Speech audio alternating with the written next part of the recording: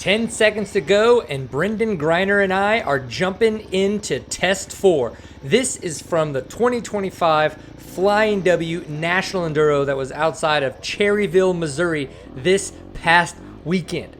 Brendan is a 250A racer out of Texas as well. I've watched him grow up. He's a heck of an awesome dude and a great rider. And there was no way that I was ever going to try to go out in front of him unless it just seemed like I was going to be faster than him on the day. Though there were times that I certainly pushed him, in this test, he beat me by 6 seconds. It's so cool because as we weaved our way through the first beginning couple miles, I was kind of right there with him. But unfortunately, as we caught a lapper, I lost about 2 to 3 seconds on him, and I was always just trying to make that up. I could start to catch him a little bit more, I'd make another bobble, he would get those 2 to 3 seconds. And so by the end of this test, he actually did end about 6 seconds ahead of me. When we come through the checkout, you can see him checking out as I come into the ribbon. But this test really did have a little bit of everything that the Flying W Ranch has to offer. There is a lot of slick rocks. There is some semi-tight, wiggly single track that you can see us, wiggling our way through. But then it does have some open sections, and in those open sections, you can see right here just how amazing the dirt became.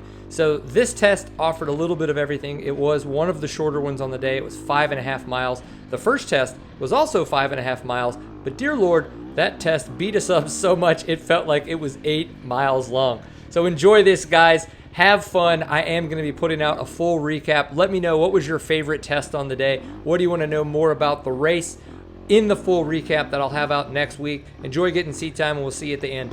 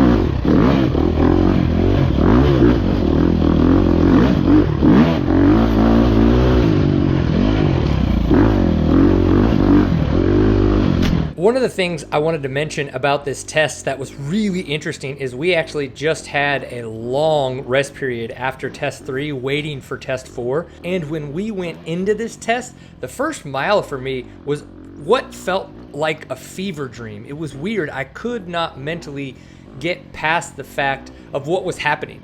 We had rested for so long and I couldn't really get my brain to wrap itself around the fact that we needed to attack, but I was really just kind of flowing. So I'm glad that I had it and that it happened, but it was really weird coming off of that long break.